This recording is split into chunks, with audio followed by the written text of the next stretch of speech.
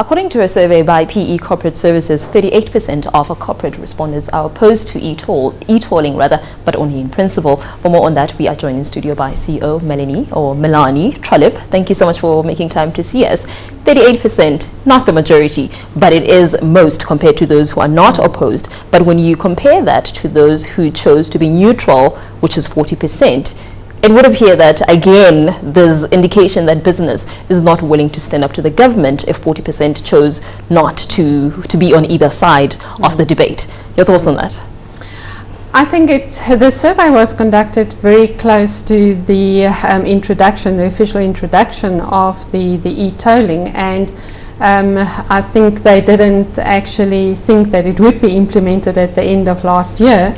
So they haven't formed an official corporate opinion on the matter just yet. It's only those organizations, the small portion, about 20%, 17 to 20%, that have officially already implemented policies and practices around e-tolling.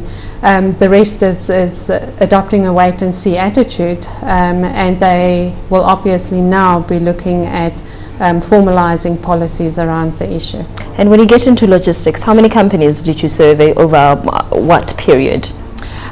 We sent out the questionnaire to about 600 to 800 organizations. In the short time frame, it was a snapshot survey to just assess what organizations are doing. About 100 organizations responded in a period of 3 weeks. It was conducted over the December period as well.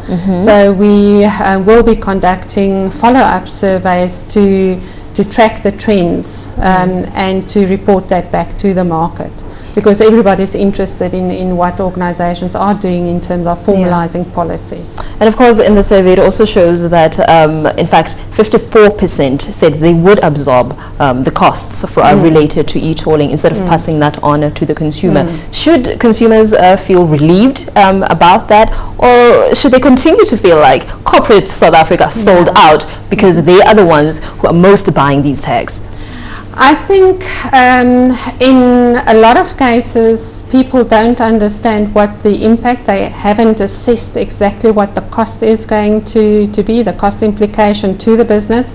So it's very difficult for them to say they're going to pass it on to the consumer or they're going to absorb it. I think only once they understand the cost impact, then they will start making very pertinent decisions around it. Because only 25% of organizations has built something into their budgets at this stage for the current year. And they did say, in fact, according to the survey, most of them did say they would wait it out for a year to see how the system progresses before they could really have a clear indication of the costs or the implications. From what you've done now for your next survey, are you able to kind of get an idea of what the feel is at the moment of the e-toll system? I think most organizations feel the need or they see the necessity of utilizing the improved infrastructure. I think it's not about opposing e-tolls, for example. It is about how they're going to deal with the costs. Some said that it would be about 2% of their payroll costs. I think it's all in terms of the uncertainty around what the cost impact is going to be, and then they will be able to make the decisions around how they're going to deal with it, what they're going to put into their policies, how they're going to reimburse employees for that additional cost. At the moment, a fair proportion of organizations say they will reimburse 100% of the e-toll fees, and others are saying that they're only going to reimburse 50 to 75% of the fees. And lastly, Melanie, of the 100 who did respond to the survey within the given period, how many of them indicated that they have bought e-tags? That's a very difficult question. We haven't asked that specifically from a corporate point of view. I know your larger corporates that have fleet cars and so on, they would have registered. I think a fair proportion of them would have registered.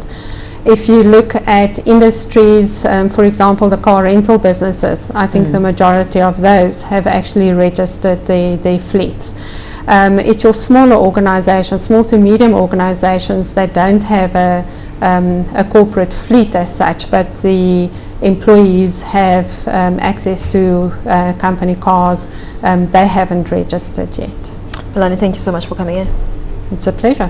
Melanie Trollip is, of course, the CEO of PE Corporate Services.